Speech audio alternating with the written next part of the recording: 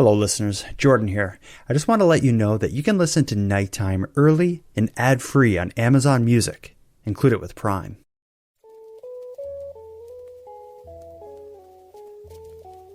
You are listening to Keep Canada Weird, a weekly weird news roundup by the Nighttime Podcast. Hello listeners, and welcome to the weekly Keep Canada Weird discussion series.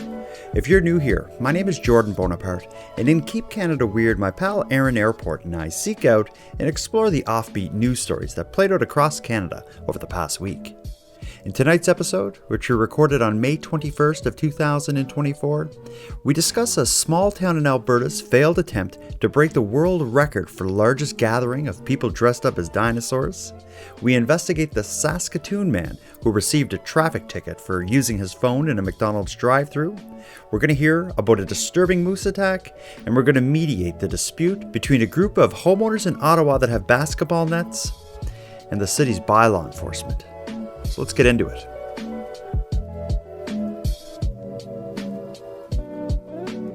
Handsome Aaron Airport. I got a tea. What do you got? I have a crafty Radler from Pump House. Okay, that's beer, is it? That's like a flavored kind of Radler, yeah. Okay, yeah. Well, this could get interesting. You're usually not drinking alcohol, right?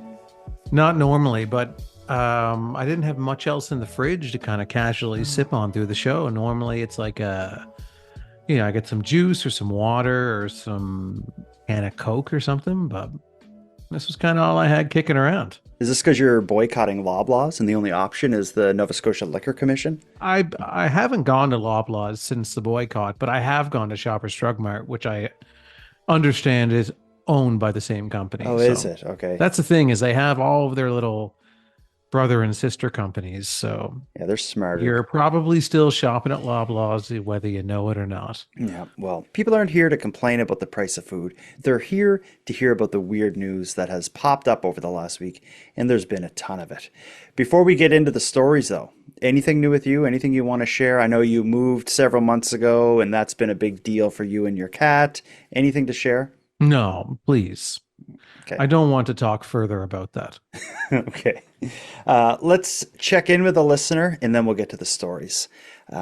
This is a unique voicemail I want to open the show with. And I'm opening the show with it because I want to appeal to the person who sent this voicemail. My appeal is that when you sent this voicemail, which was quite fascinating, you didn't include contact information.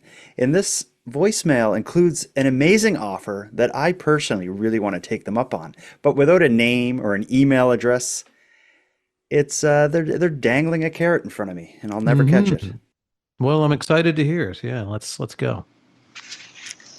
I'm telling you, given almost any moonless night, I can show you a UFO. I can almost guarantee it. That's it. That's it. Oh, I can't make out his name or anything, but if you send a voicemail here saying like, I'm almost any moonless night, I can show you a UFO. I can almost guarantee it. And then hang up the phone. To someone like me, that is just like, that is cruel to offer that. Yeah. I was trying to really think about what his name was. It sounds like maybe Dana. I thought he said he was dying. I'm dying. It's like, hey, I'm dying, and I want to show you a UFO. Let's try it once more. I'm telling you, given almost any moonless night, I can show you a UFO. I can almost guarantee it. And what's a moonless night? Isn't there almost always a moonless night? Well, there's no such thing. I don't think. Maybe that's the trick. Yeah. Because the moon is always there, whether you can see it or not. Okay, that's the issue. Either way, mysterious voicemail sender, send another one, and this time include some contact info so I can see what I've been wanting to see my whole life with your guidance. Yeah. Well, let's move on. That's when we get in contact with him, we'll probably have an easier job keeping Canada weird. Tonight, we're going to have to rely on the weird stories that popped up over the past week. We're going to head to Drumheller to hear about dinosaurs. We're going to travel through a McDonald's drive-thru. We'll watch along as the basketball net wars play out in Ottawa.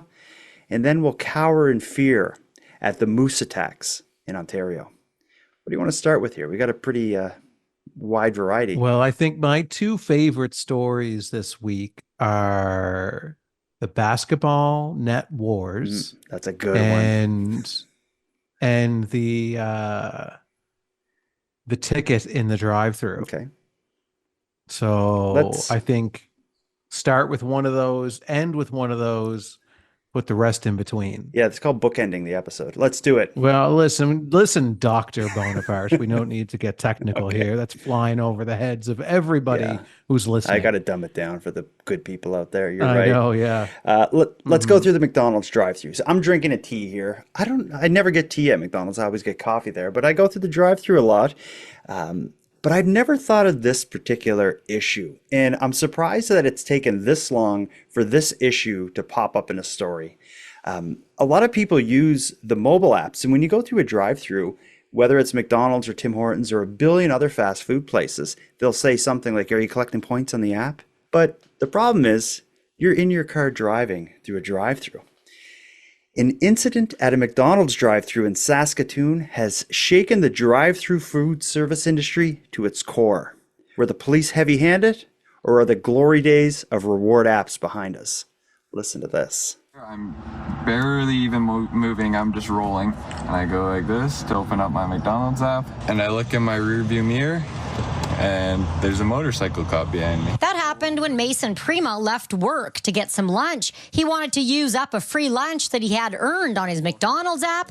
The officer came to his window. Show him, I'm like, I'm on my McDonald's app. I'm loading up the code right now to get a free meal. I did think he was just gonna let me go, because I'm just trying to get a free meal. Turns out to be a very expensive lunch. The whole thing for Mason was contradictory since he needed the app to complete his order, a catch-22. Yeah, I was kind of just shocked, to be honest, because I've never had that before. I open my app up every time I go to the drive-thru. And the reason it's shocking, according to a local criminal defense lawyer, is that there is a lot of gray area when it comes to technology and the law. I feel for the individual that got charged here. If he was just literally, in fact, in a drive-through area, not on a public roadway. Feverly admits he doesn't have all the particulars in this case, but says having an officer catching cell phone users in a drive-through doesn't seem to be a good use of resources for police. I would venture to guess that a great majority of people would utilize their cell phones in lineups such as that. Probably shouldn't be considered illegal, but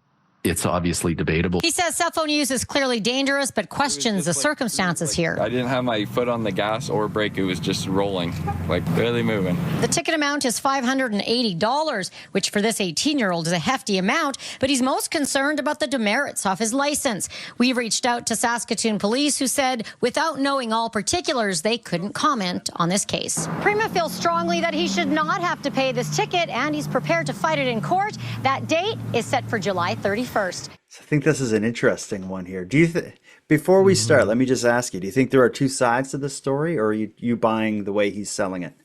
I'm buying roughly 80 to 90% of what he's saying. Okay. But I have a lot to say about this story. I have a lot. Okay. Emotionally, I connect with the young man. I think that it is a waste, as they say in the news story, it's a waste of resources to be bothering to give someone a ticket while they're in the drive-thru using their cell phone. Unless that's some extenuating circumstance. Like that's why I'm like, is there more to the story? Yeah. Like if he was doing something crazy, I could get it. But if he's literally just in the drive-thru moving his way up, come on. But go on. I derailed. No. He made his biggest mistake, I think, is what happened, what he said on record now in the news clip. He said, I didn't have my foot on the gas or the pedal. I was just kind of barely moving, taking the app out and taking his phone out and then going into his phone. So now he does not have a leg to stand on in a court of law, because basically it's going to boil down to, was the vehicle moving when you took your phone out to access the app? Yeah. If it was moving even at a snail's pace in the drive-thru, and he Mhm. says he didn't have his foot on the brake or anything. He was just letting it cruise a little bit Yeah. as he's going through the drive-thru, and he's taking out the phone and accessing the app. Yeah, and he says he's going to fight it. I can hear the crowd now, like Exhibit A, the news. Exhibit It's A, like yourself. on the news. Yeah, yeah. Yeah, I think you know what's funny is this isn't the first time tonight we're going to hear a story where the truth or like the be all end all of the story is going to accidentally just kind of flop out in the story. Mhm. I think I thought the same thing when I watched the story about this guy. I thought he may have a case if he's like stopped in the drive-through. You could argue that you were parked or whatever, Yeah.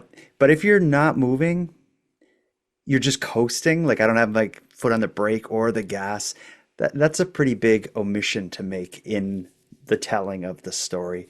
I Because know that it could have been totally he said kind of an argument in court, and the judge could have been like, you know what, like unless we have any witnesses present that can clarify exactly what was happening in the moment, and maybe you have several witnesses, some employees, some other drivers that were there, um, that could paint the picture for the judge, then that's different. I don't know what will be presented in court when he fights this.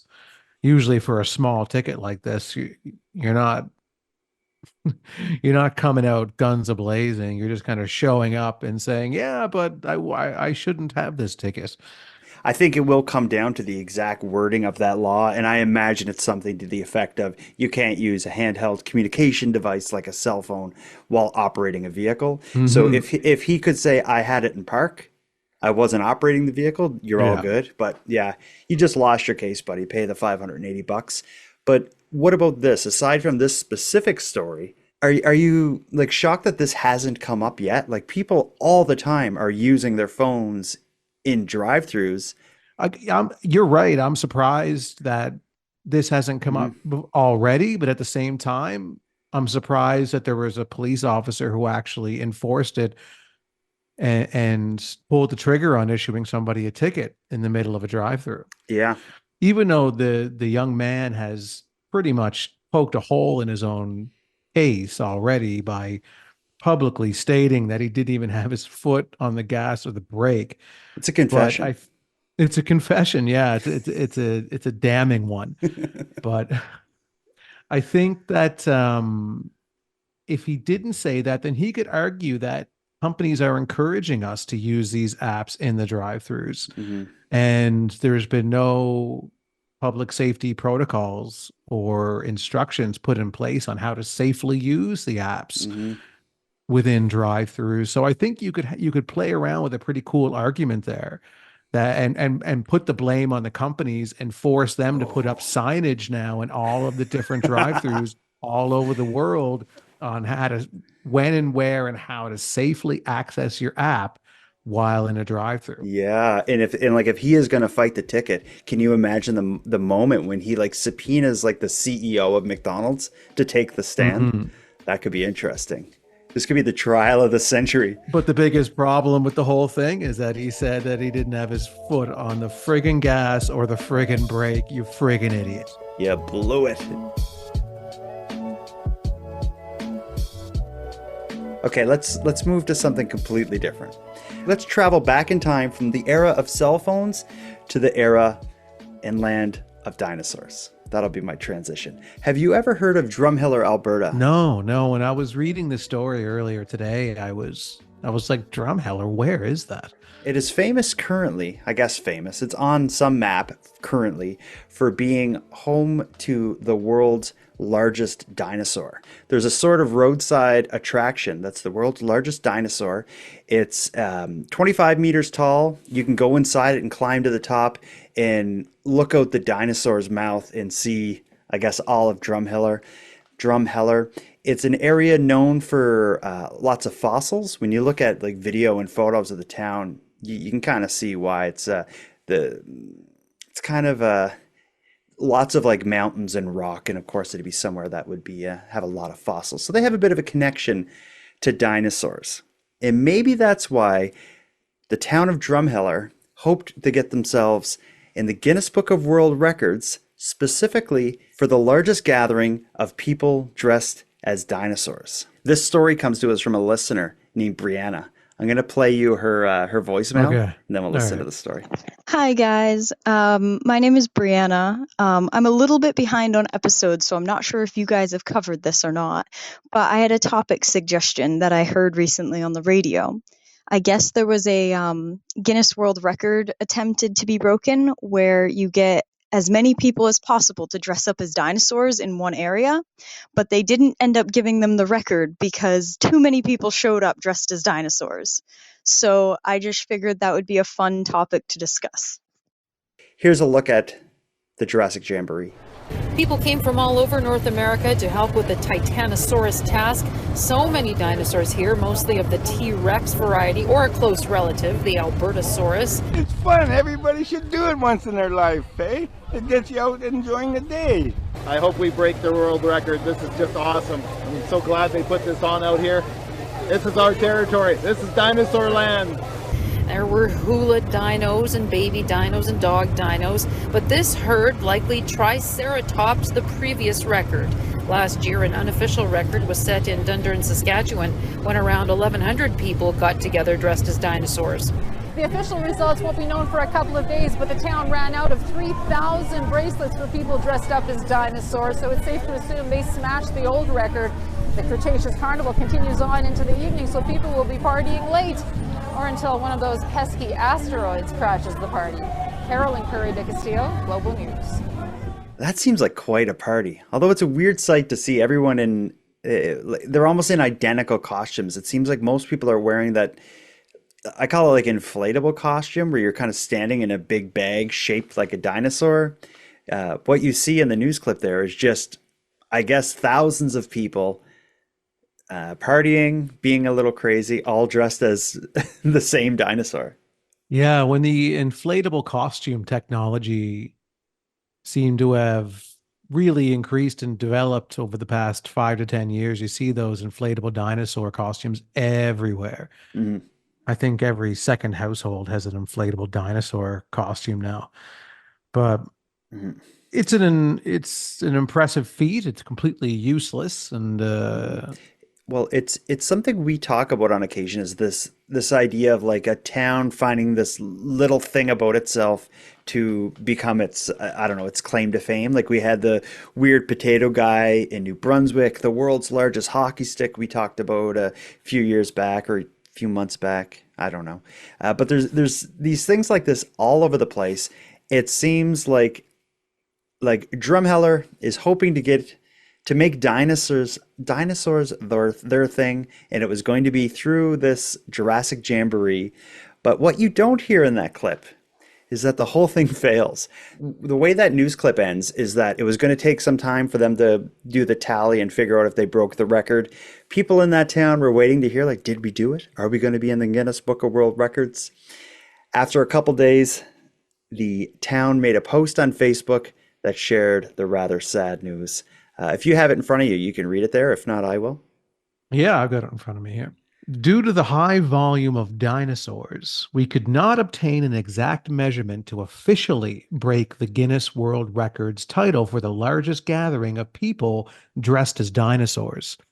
We are incredibly proud of what we accomplished with over 3,000 dinosaurs in attendance at the Jurassic Jamboree, even though we didn't achieve our goal of officially breaking the Guinness World Records title.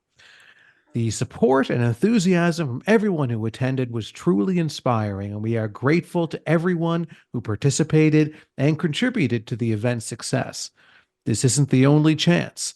We will attempt to break the record again in the future, and the Jurassic Jamboree will now be an annual event.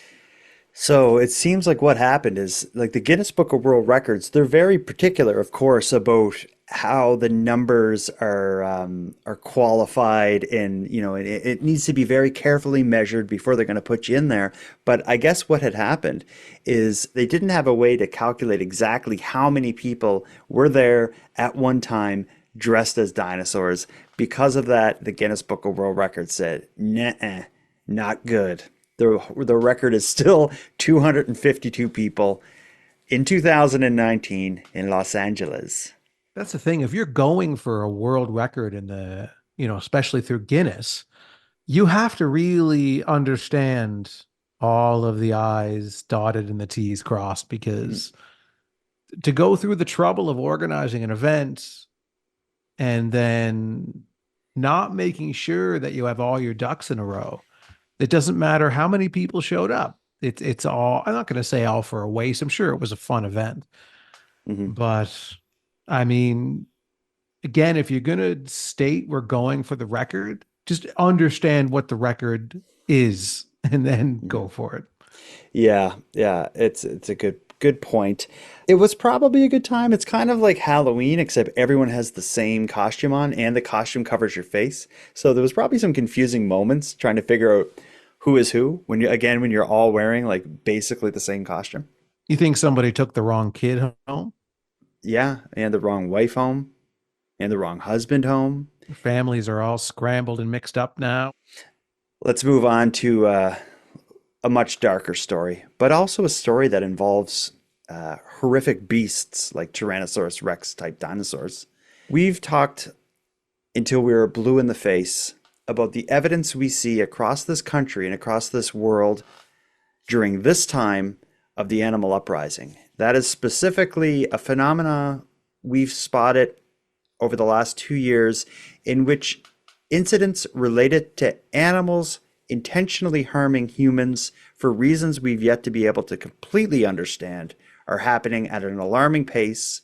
The frequency and severity are increasing. The latest stone in that war has been thrown, and it's been thrown in Ontario. In a way, it's laughable. In a way, what it may mean is completely horrifying. I have a news article here. Maybe I'll invite you to read this one as well. I love your reading voice. Okay. An ambulance collided with a moose early Sunday as it responded to another crash, also involving a moose, Ontario Provincial Police say. The first crash was reported just after 1 a.m. on in Algonquin Park. A vehicle struck a moose, resulting in it leaving the roadway and hitting a tree. 2 people were injured in the initial crash, one of whom was reported to have life-threatening injuries. A Muskoka paramedic service ambulance responding to the scene also collided with a moose, resulting in extensive damage, but no injuries. Highway 60 was closed in the area as officers investigated. OPP said the officers responding to the first collision had also just finished investigating another crash between a car and a moose, but there were no serious injuries at that incident. The OPP warns motorists that an increasing number of moose have been coming out of the forest and onto roads, particularly in the area of Algonquin Park, in an effort to escape from swarms of insects. The animals are turning against each other. The insects are going after the moose.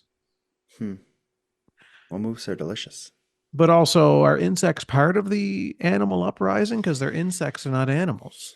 Yeah, I don't know if we've been able to tackle that yet to really understand what's going on with them and where the lines are and the allegiances lay. But yeah. I mean, maybe they have the same goals, but maybe they disagree in how they want to achieve those goals. If the insects are driving the moose into the roadways, is it fair to call this a moose attack, or is this the insect plot? I think this is a sub uprising, the insects uprising, and they're using the moose as weapons. Absolutely. Oh my God. So just to set the scene here. So imagine this. You're the cop and for people who like international listeners, especially international Naughty by Nature fans that are listening, the OPP is the Ontario Provincial Police. So an Ontario Provincial Police officer is in the Algonquin Park area of Ontario responding to a collision involving a moose. Shortly after that, there's another collision involving a moose that cop goes to respond to that has an injury that's life-threatening.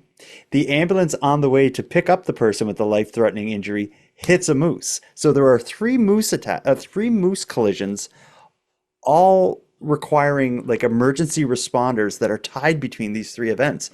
I've heard of people hitting moose and hitting deer, like that happens, but to have 3 right in the same time like that. And for any international listeners that have never been near a moose before. They are massive, massive creatures, and they Hell are yeah. dense and muscly, thick. And if you hit one with a vehicle, like say goodbye to your vehicle. Oh yeah, as the moose walks off unfazed. Like Unfazed, yeah. they're huge beasts. It's bigger than a deer, bigger than a horse. They're just gigantic. And if you hit one of these things, it would be like hitting a brick wall. So if you're cruising down the highway and you hit one, like, oh, you could be done. These people are lucky. But yeah, I think the big, from what we know about this story, the big question now is what caused it.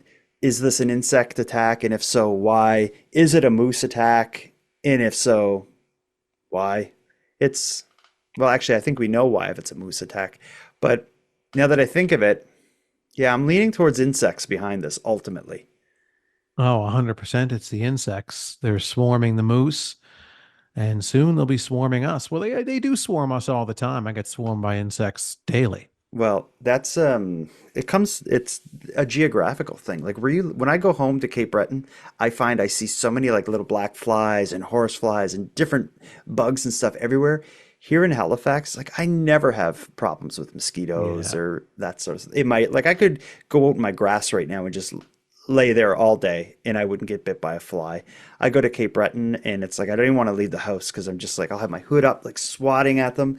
And God forbid June bugs. Like we're like days We're away. heading right into June bug season. And I'm sure we're going to get into that. Do you want to open the doors right now to voicemails about June bug stories? Because I bet you people got them. Yeah, let's bring them on. There's nothing I'd rather more in the world than to spend my entire June talking about June bugs with you and the listeners. I would be curious. Like I feel like June bug may be a colloquialism. Like I think that's probably something we on the East Coast call these specific bugs. They're large beetles that come out of the ground in June, and they typically just kind of come out at night and just fly around. I think they're blind and they just kind of fly towards light. So if you have like your front light on your house, like on your porch or something, they're just kind of like flying around, smacking into your windows and your siding, and they're just disgusting beasts. But if you're like out at night in June, like these things will fly right into your face and they're just disgusting. And God forbid you walk on one. They're so big. They're in my emotionally for me, they're bigger than moose because the insects shouldn't be that big and juicy, you know. Yeah, And when they hit crunchy. you, it's the sound when they hit you. Don't try to make it this crack that on your flesh.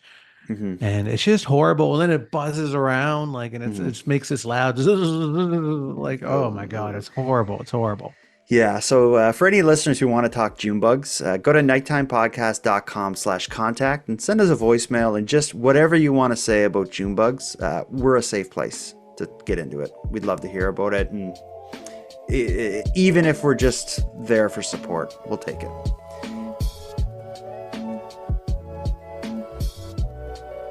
Let's get on to the next story. This is the final story of the night, and there's a lot of moving parts to it.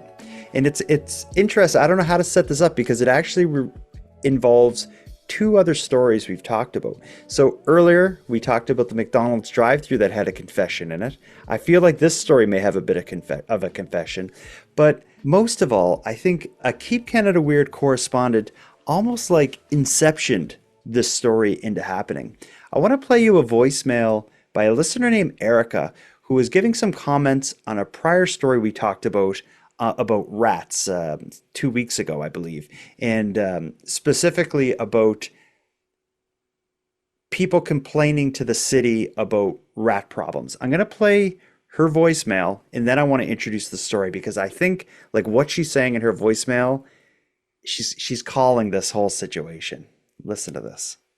Here's Erica.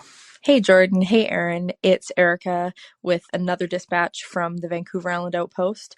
I am listening to the story about the rat infestations in various places and really jumped out at me when that one feller said that the municipality should do something about it.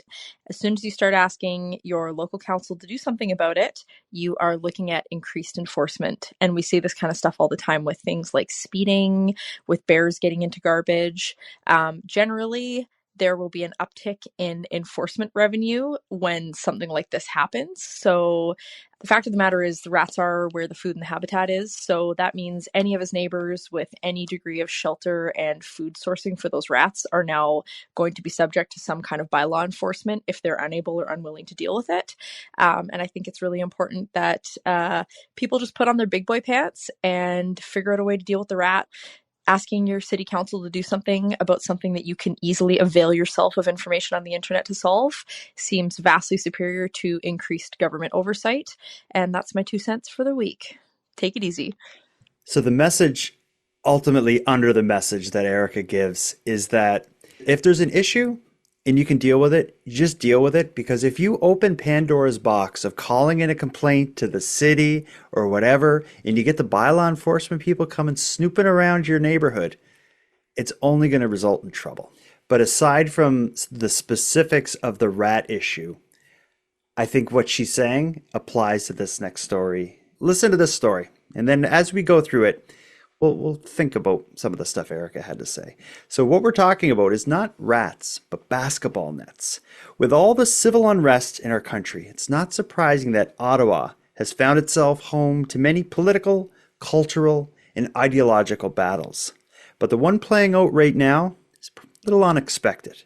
Ground Zero is an upper middle-class street in Stittsville, and the battle is being fought between the city's bylaw enforcement officers and people with basketball nets. Listen to this.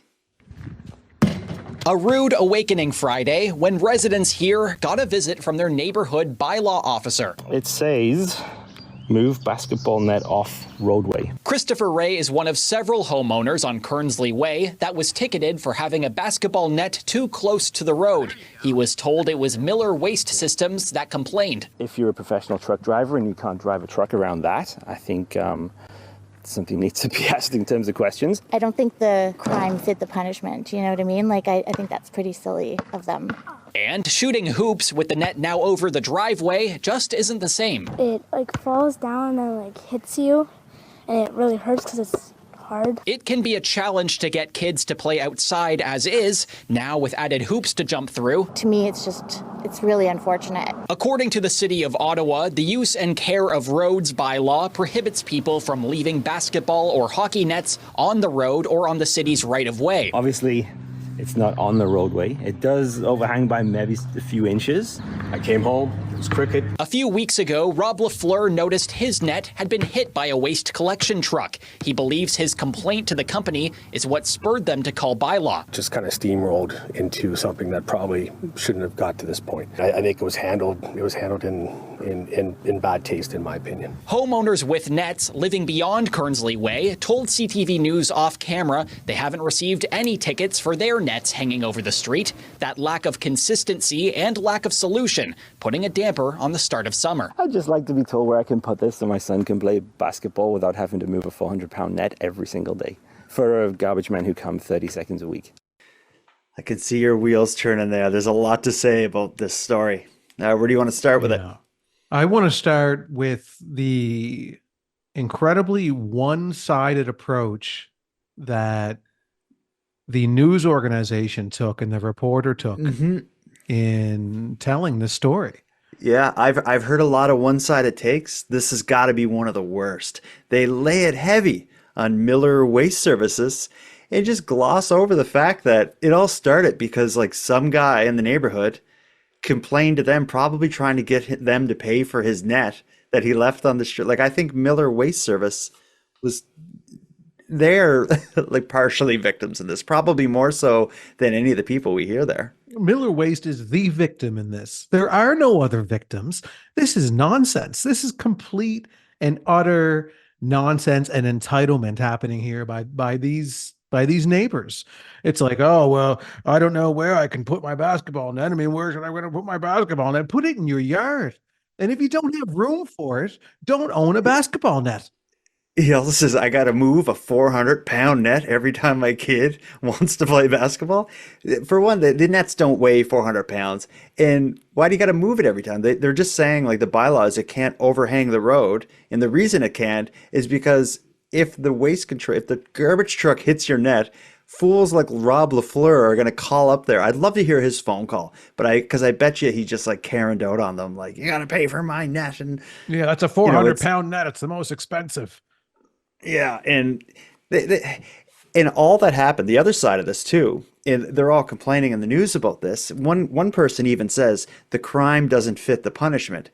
Nobody got fines. They just got like a written warning kind of thing from the bylaw people saying like, move your net back so it doesn't overhang. So there's no punishment. They just got reminded of what the bylaw is. Some of the people are willfully stupid. Like, I don't even know where I can put my net now. It's completely clear. It just can't overhang. Your yard. Just not like on the road. Yard, man. Like the phrase, like keep it in your pants. Like just keep the basketball net in your yard, and everything will be okay. You're not going to get an STI. Sure. I thought you would feel the same way. I was, when I found this story, I was shocked by this, how ridiculous it was.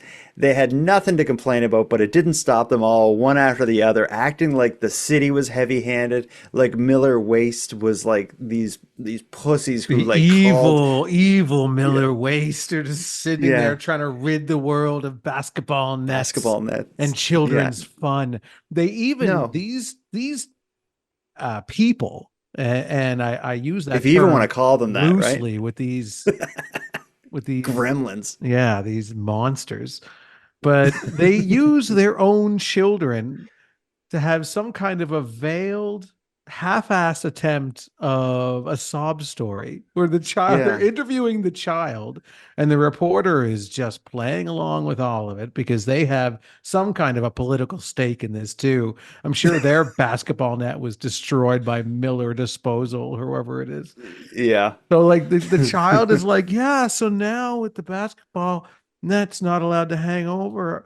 Now the ball drops down and like rolls over there or whatever. And it's the curve. And then you can hear the father whispering, no, say it falls on your head now, and say your neck is sore and now you can't go to school and you'll never be a basketball player ever in your life.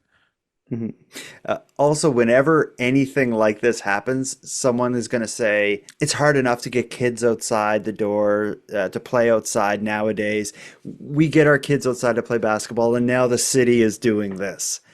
Everyone ignoring the fact that it all started because Rob LaFleur on the street went after Miller Waste for hitting his net, which was where it shouldn't have been. I would love to hear that phone call and have, the end of the news clip. And it's like, and this is what Mr. LaFleur said when he, called Miller Waste. Like, I'm sure there's so much more to that. And even Mr. LaFleur in the news clip, he's kind of like, the way this all unfolded, I'm really, I think it was really disappointed in how they handled it. They handled it how you would. If you go after this waste management garbage truck company about this, they would just call the city like, yeah, we got to go down there, but like our trucks can't get through and they're coming after us trying to get us to replace their nets or whatever you got to deal with that. It's the way the world works. Take away the garbage collection, take it away, and we'll see how much they love basketball then. But now just to get back for one moment to Erica's voicemail. Replace basketball nets with, I don't know, piles of wood for your fire pit that you keep in your backyard. Someone down the street, Rob LaFleur, calls whoever to complain that there's a bunch of rats. And next thing you know, you got bylaw knocking on every door being like, you got to clean up your yard. You got to move this thing out of here, move that out of there.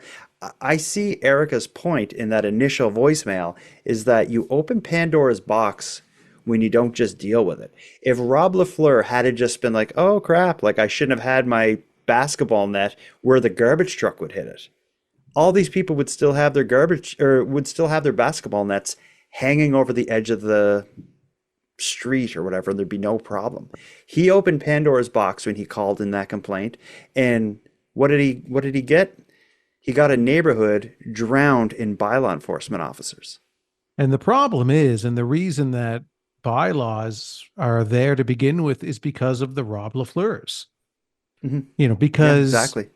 There are people who love to hang their basketball nets well past their driveways and into the road and feel it's their God-given right to be basketball net hangers. And because of these people, the city has to then enforce these laws so that people who refuse to use common sense and try to blame the waste disposal companies, who I am very thankful for, and I praise the hard work that they do to collect our waste and take it, to the dump and help us with that. Those are the people that I side with. And that's why I'm thankful for bylaws and bylaw enforcement, so that the waste disposal companies have a tool in their back pocket. It's like, okay, well, you're going to try and get us to pay for your basketball net. You're going to not stop hanging your basketball net over the sidewalk. We're going to call the municipality on you. I support the municipality and Miller Waste in this situation, 100%. That people in that community should be complaining about Rob LaFleur, not about bylaw enforcement or Miller Waste. We all agree. I think if anyone listening disagrees, I would like to hear a case made against the bylaw in this particular case. If you have it, if you have that opinion, go to nighttimepodcast.com/contact and say your piece. Agreed. Aaron, I think we've done it tonight. We've gone to Alberta. We've traveled through time. We went through a drive-thru. We got a ticket. We saw a war play out about basketball nets. And yeah, we even heard a story about insects using moose to try to kill a bunch of people. I don't think there's really much else to say. It doesn't get weirder than that, does it? But you know what? There's a lot more weird to go around. The Keep Canada Weird correspondents out there across the country and beyond have been coming out in numbers to share stories with us, to weigh in and give opinions or present theories. To thank them for their voice memos, I've been sending out Keep Canada Weird swag packs that include Keep Canada Weird badges, that name them as official correspondents of the show. We have a lot of voicemails, more than we can air tonight and more than we could air last week. What do you think we should do? I think we need to collect all of these voicemails into one mega episode called the Keep Canada Weird Mailbag. I think that's what I'll go with. We have, it won't be a special episode. I think it's going to be kind of an ongoing thing. We are committed to airing every voicemail we get. Some are a little long. Some of them don't necessarily fit into the show. So what we're going to do is once the voicemails build up to a point that we have, 10 or something that haven't made it onto the show, we're going to do a separate episode called the Keep Canada Weird Mailbag, where we're just going to go through the voicemails we get. And yes, if your voicemail makes it to the mailbag, you still get the swag pack. You just email me at nighttimepodcast@gmail.com when you heard your voice on the show, and I will send you out something as a thank you. I don't think we need to set up the mailbag any more than that. Although maybe a better name for the show. I already made the cover art. Yeah, but just think of this. Just hear me out for a second. This might be worth a last minute change. Okay. Instead of calling it the Keep Canada Weird Mailbag, why don't we just call it the Keep Canada Weird Bag? And then that way, every time you go to listen to the episode, you don't know what you're going to hear because anything could be in the bag. And yeah, that's my case. Okay, I'll think about that. But to all the listeners out there, I'll let them know that I'm not going to think very hard about it because I already made the cover art. Because Santa Claus has a bag, and that has all different surprises for all the children all over the world to enjoy on Christmas morning. And the Keep Canada Weird bag should be filled with all different types of surprises for but it's listeners. But it's all mail, though, just to be clear. Well, it's not going to be our fault if every week it just so happens to be mail. But the thing is that it's always still at the start of the episode a mystery of what is in the Keep Canada Weird bag this week. Okay. So we will officially now be changing the name to Keep Canada Weird Bag. Well, we'll see. But anyway, keep coming with the voicemails. We love them, and we will air all of them. And now, thanks to the Keep Canada Weird mailbag, whatever we settle on. That should be the theme music too. Just like bag, bag. We'll see about that too. I'm coming up with gold here, man. How come you're not writing any of this down? We'll see where we go with all this. But regardless, your voice will be heard if you have something to tell us. So don't hesitate going to nighttimepodcast.com/contact and saying your piece. But with all that said, we got to wrap it up here, Aaron. Let's wrap it up. Handsome Aaron Airport. Till next time. Jordan, until next time. I don't like the inflatable costumes. I still have a thing for the olden days, the 70s and 80s, where you just had like the thin plastic thing with the string that you'd pull over your face. They look so creepy and so cool, and they're cheap and they're fun. These like inflatable huge costumes where you just waddle around like this monstrosity of foolishness, I can't get into it. And Jordan, until next time, bag, bag, okay, bag, mystery bag. What's in the bag? It's a bag. More bags.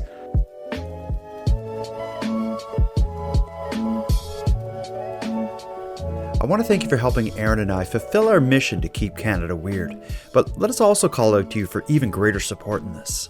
If something weird happens in your neck of the woods, let us know about it. As well, if you have any thoughts, theories, or opinions on anything we talked about tonight, we want to hear about that as well. The best way to reach us is by sending a voice memo using the built-in app that can be found at nighttimepodcast.com/contact. We're excited to hear from you. Now, before we part here tonight, let me end with some thanks. First, a big thanks to Aaron for sharing another evening with me and with you, the listeners of Nighttime. A big shout out to the internet's favorite cult leader, Unicole, who provides the intro and outro voiceovers for this show. And then lastly, but most importantly, a massive thank you goes out to each and every one of you listening, as without your interest and your support, this show would be as pointless as it would be impossible. Now, on the topic of support, let me thank the newest subscribers to the premium feed. Kaylee, Mark, and Jeff, thank you for your generous support. If anyone else would like to support the show, you can help us out here in a variety of ways. First of all, a premium feed subscription costs just a couple dollars a month, and that money will fund the creation of new episodes of the show. But the premium feed will also give you those episodes 2 days early, get them to you ad-free, and give you access to a full back catalog of episodes. If that sounds like something you're interested in, you can go premium right now at patreon.com/nighttimepodcast. And even if you don't want to go premium, you can still support this show by simply sharing this episode on social media and letting all your like-minded friends know why they should listen. Your support in growing this is very much appreciated. And until next time, take care of each other, hug your loved ones tight, let me know if you see anything weird. Keep Canada Weird is written, hosted, and produced by the Nighttime Podcast.